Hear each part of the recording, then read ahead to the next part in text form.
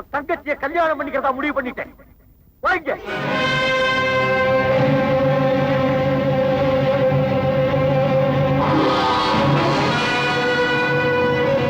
என்னடா குளிக்கிறேன்?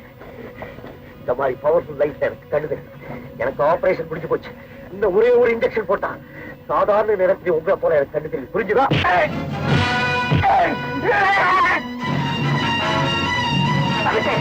இனிமே இவனை மடக்கி புண்ணியம் இல்ல. இப்பயே உங்க அம்மா கிட்ட போய் உங்க மகனுக்கு ராத்திரியானா கண்ணு தெரியாதுன்ற விஷயத்த சொல்லி அந்த அம்மாவை தீர்த்து கட்டுப்பா. சொல்லாதே.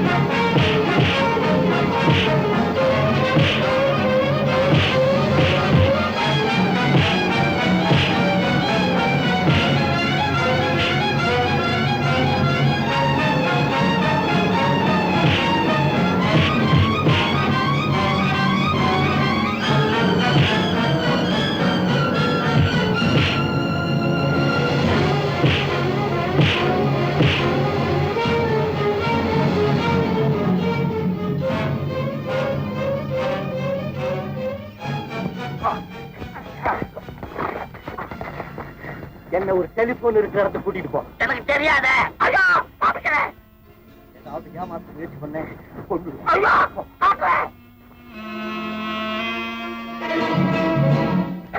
டெலிபோன் காயனை போட்டு 7271 டெலிபோன் பண்ணி ரிசீவரை என்கிட்ட கொடு.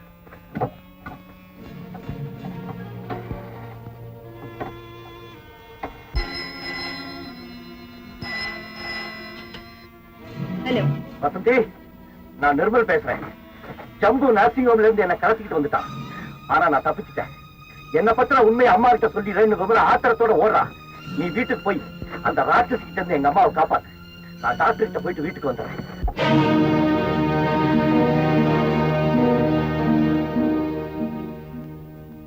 நேரா போலீஸ் ஸ்டேஷனுக்கு நட. ஐயோ என்ன விட்டுட.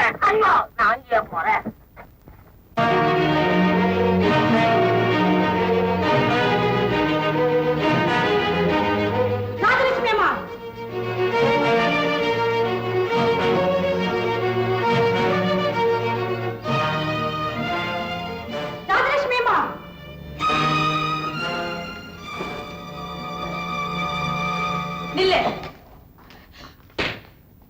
எங்க போற?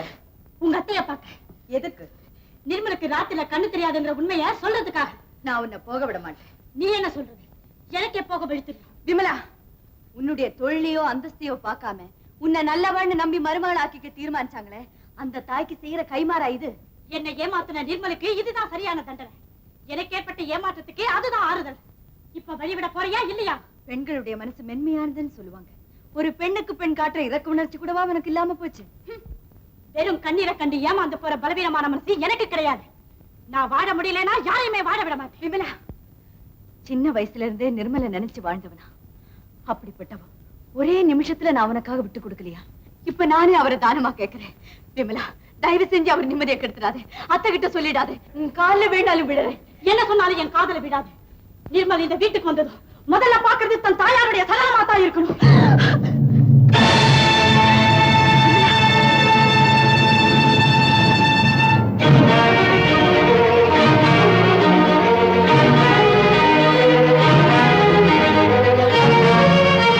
அங்க என்ன சத்தம்? விமலா மாடிப்படியில இருந்து உருண்டு விழுந்துருச்சு. என்ன? விமலா உருண்டு விழுந்துட்டாளா? விமலா, விமலா, பயப்படாதீங்க. தலையில அடிபட்டு இருக்கு, அதனாலதான் மயக்கமா இருக்கு. இன்ஜெக்ஷன் கொடுத்தா சரியா போயிடும்.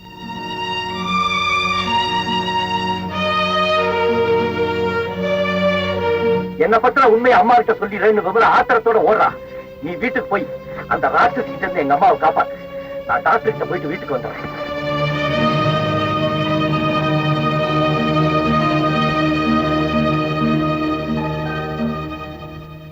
வசந்தி, எடுத்ததை ஏன் திருப்பி வச்சுட்ட? தேவையில்லது. கொஞ்ச நேரம் போனா தன்னாலே சரியா போயிடும். ஒரு டாக்டர் சொல்ற வாக்கியா இது? இல்லத்த, இது சாதாரண மயக்கம் தான். இன்ஜெக்ஷன் கொடுக்கலன்னா கூட 1 மணி நேரத்துல குணமாயிடும். அதுதான் எல்லாருக்குமே நல்லது. இப்பதான் எல்லாமே புரியுது வசந்தி. திருப்பதி பிரசாதத்தை நீ அவமதிச்சதுக்காக விமலா உன்னை கண்டிச்சாளே, அதனால தானே அவளுக்கு நீ வைத்தியம் பண்ண மாட்டேங்கிற? இல்ல, நிச்சயமா இல்ல. உன்னை வர வேண்டாம்னு சொல்லிட்டு வேற ஒரு டாக்டர் அவ ஏற்பாடு பண்ணின ஆத்திரத்தில் தானே இப்படி செய்யற? கிடையாது, நிச்சயமா கிடையாது. இந்த வீட்டுல உனக்கு இருந்த உரிமை மதிப்பே அவ அபகரிச்சுட்டாளேங்கிற பொறாமையில தானே இப்படி பழிவாங்க. அத்தை, நான் அப்படிப்பட்டவ இல்ல, என்ன நம்புங்க. ச்சே, நீ இப்படி கொலைகாரியா மாறுவேன் நான் எதிர்பார்க்கவே இல்லை. ஐயோ, என்ன சொல்லி நான் உங்களை நம்ப வைப்பேன்? வசந்தி, நீ இத்தனை நேரம் பேசிட்டு இருந்ததெல்லாம் நான் கேட்டுட்டு தான் இருந்தேன். பெரிய லட்சியவாதியா விளங்க போறேன் டாக்டருக்கு எல்லாம் படிச்சியே, அந்த லட்சியம் இதுதானா?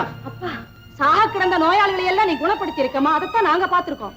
ஆனா இந்த நிலைமையில கிடக்கிற ஒருத்திய கைய கட்டிக்கிட்டு வேடிக்கை பார்த்துக்கிட்டு நிக்கிறியே, அந்த கொடுமையை நாங்க இப்பதாமா பாக்குறோம். இதுகிட்ட என்ன பேச்சு?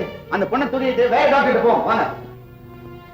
தேவையில்லை ஈஸ்வரா, அதுவும் டாக்டர் வந்துட்டாரு. டாக்டர், விமலா மாடியில இருந்து உருண்டு விழுந்துட்டா. தலையில அடிபட்டு மயக்கம் அடைஞ்சிருக்கா. அவன் மேல இருக்கிற வெறுப்புல வசந்தி சிகிச்சை செய்ய மறுக்க. சீக்கிரம் வந்து பாருங்க டாக்டர். இல்லங்க டாக்டர், விமலாவுக்கு சீரியஸா எதுவும் இல்ல. கொஞ்ச நேரத்துல எல்லாம் சரியா போயிடும். தயவு செய்து போயிடுங்க. மிஸ் வசந்தி, இப்ப நான் அந்த பொண்ணை மட்டும் காப்பாத்த போகல, டாக்டர் தொழிலுக்குரிய புனிதமான பேரையும் காப்பாத்த போறேன். ஜென்ம விரோதியானாலும் உயிருக்கு போராடும் போது அவங்களை காப்பாத்த பாடுபடுவேங்கிறது தான் நாம் எடுத்துக்கிற உறுதிமொழி. எஸ் டாக்டர், எனக்கு அது ஞாபகம் இருக்கு. டாக்டர், நீங்க ஒரு உயிரை காப்பாத்த போறீங்க. நான் பாடுபடுறது எல்லா உயிரையும் காப்பாத்த.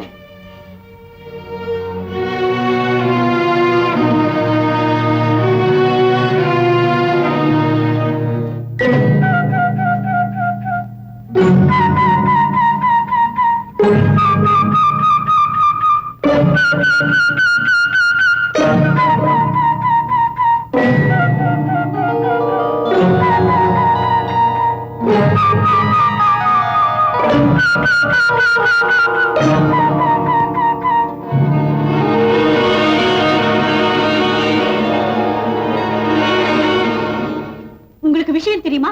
என்ன? நிர்மலுக்கு எது வரக்கூடாதுன்னு இத்தனை வருஷமா பயந்தீங்களோ அது வந்துடுச்சு. அவருக்கு இப்போ ராத்திரில கண்ணு தெரியாது.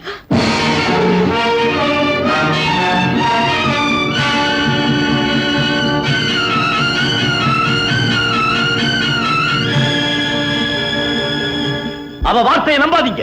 விமலா சொல்றது போய். அம்மா, இதோ நான் வந்துட்டேன். எனக்கு நல்ல கண்ணு தெரியும். அம்மா, அந்த கடிகாரத்தை பாருங்க. இப்ப நேரம் கரெக்டா 10:34. அம்மா, இது டைம் மேகசின், டிசம்பர் 26 வெளிவந்தது. இது வசந்தியோட மருந்து பெட்டி. எடுத்த இன்ஜெக்ஷன் போடாம அப்படியே இருக்கு. இப்ப சொல்லுங்க, எனக்கா கண்ணு தெரியாது? உனக்கு நல்ல கண்ணு தெரியுதுப்பா. இனிமே யாரு என்ன சொன்னாலும் நான் நம்ப மாட்டேன். ஆனா ஏண்டா அவ அப்படி சொன்னா? வெறிமா வெறி. அவ போட்ட திட்டமெல்லாம் குட்டிச்சவரா போயிடுச்சுங்கிற ஆத்திரம். என்னப்பா சொல்றேன்? நான் உண்மையை சொல்லிடுறேன். கொஞ்ச நாள் எனக்கு ராத்திரில கண்ணு தெரியாம இருந்தது உண்மைதான். ஆனா இப்ப எனக்கு பூரண குணமாயி போச்சு. இனிமே நம்ம பரம்பரைக்கே அந்த வியாதி வராது. உங்க அப்பாவையும் தாத்தாவையும் குணப்படுத்த முடியலையே, உன்னை மட்டும் எப்படி குணப்படுத்த முடிஞ்சது?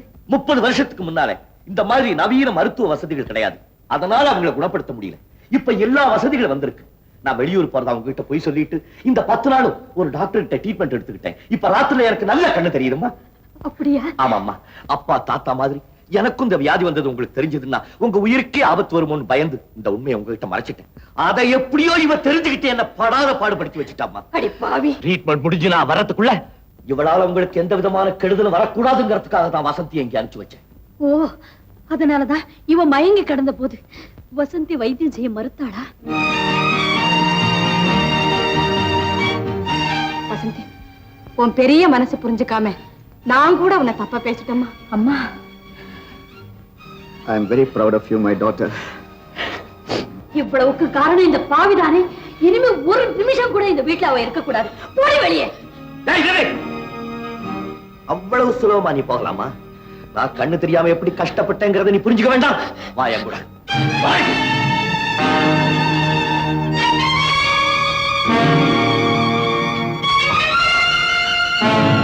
இத தொட்ட உன்னை கொண்டு விடுவேன்.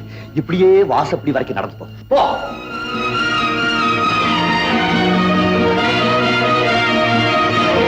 ஒரு நாள் நீ பால் கொண்டு வந்தப்போ உன்னை திட்டுறதா நினைச்சுக்கிட்டு வசந்தியை திட்டினே. நீ என்ன கேலி பண்ணி ஞாபகம் இருக்கா? அப்ப நான் இப்படித்தானே விழுந்தேன். போ.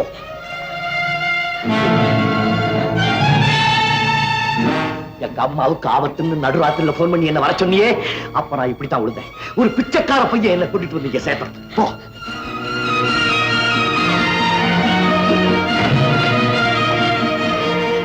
விமலா, பார்வை இல்லாம 10 அடி நடக்க கஷ்டப்படுறியே, நான் பல நாள் எவ்வளவு கஷ்டப்பட்டிருப்பேன்.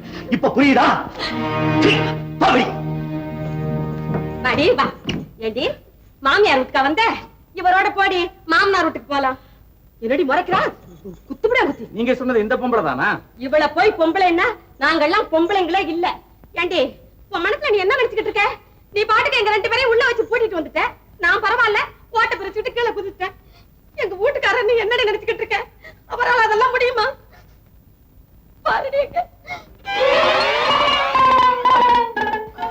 மெல்ல மெல்ல மெல்ல.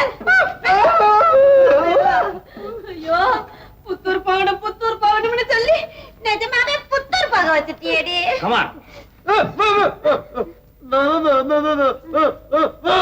என்ன சொல்றாரு? ஒரே ஒரு உதவ அடிக்கணும்னு ஆசைப்பட்டாரு.